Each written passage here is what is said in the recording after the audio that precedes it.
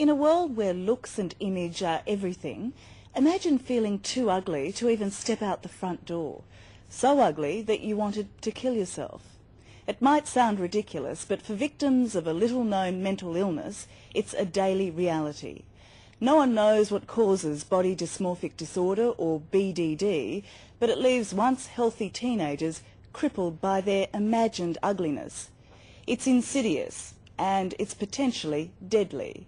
Tonight, in what is one of the hardest things they'll ever do, 4 brave victims step forward to tell their story.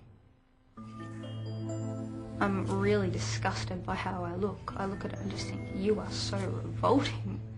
This is how 15-year-old Kiara Noakes spends most of her day every day. One morning I sort of woke up and went, oh my God, I've looked like this for my whole life. What did you see? I just see it's horrible. I just see it's so ugly. Kiara suffers from a virtually unrecognised mental illness called body dysmorphic disorder, or BDD. It hits healthy, normal teenagers, leaving them devastated by self-loathing.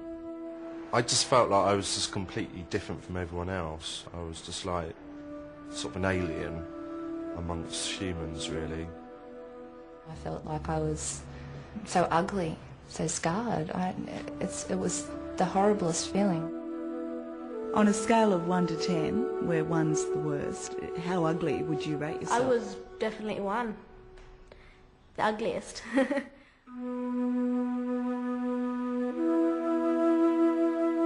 It's been 2 months since Kiara has stepped foot outside her Melbourne home, other than to see her doctor. No school, no parties, no teenage life. Instead, bizarre rituals, hour after hour. So would you go an hour without looking at yourself? No. Would you go half an hour without looking at yourself? Perhaps.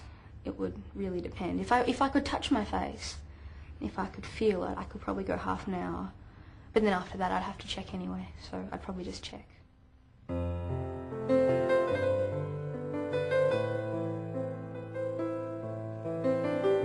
She was a happy-go-lucky child, but when Kiara turned 13, this baffling obsession took hold.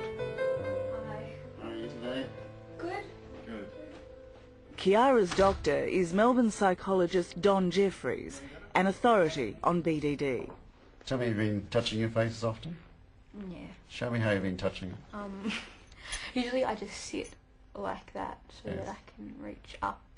It's terrifying for her, very debilitating and extremely distressing. And this is one of the core features of body dysmorphic disorder. For the sufferer, it's an extremely distressing illness.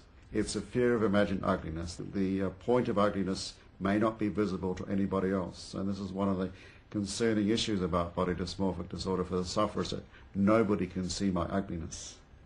I would just be checking any parts of my skin around here. Looking for? Just looking for flaws, just looking for scarring. No one else could see them but me, but I was checking just everywhere, just looking for them. 22-year-old Nadine Tisdell is a beautiful girl who sees only that she's ugly. She has attempted suicide 5 times. I already had slashed my wrists, and I used to bang my wrist up against a steel rod when I was in the bathroom. American studies reveal half of all victims of BDD try to kill themselves. It's hell. It's pure hell. That's why when I was going through it, I would rather be dead than have to go through the pain of living every day.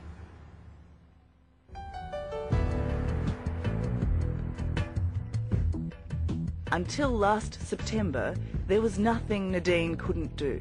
She was an A-grade university student and a promising model. And then, as if a switch had been flicked, she became fixated by barely visible stretch marks on her thighs. She was convinced they were spreading over her body. When you saw the scars spreading, how overwhelming was that feeling? It was horrible.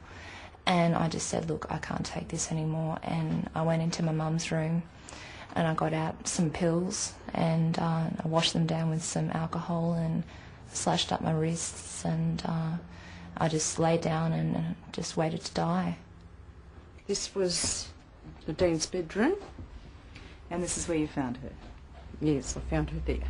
You'll never ever forget. Never forget. Are you glad she found you?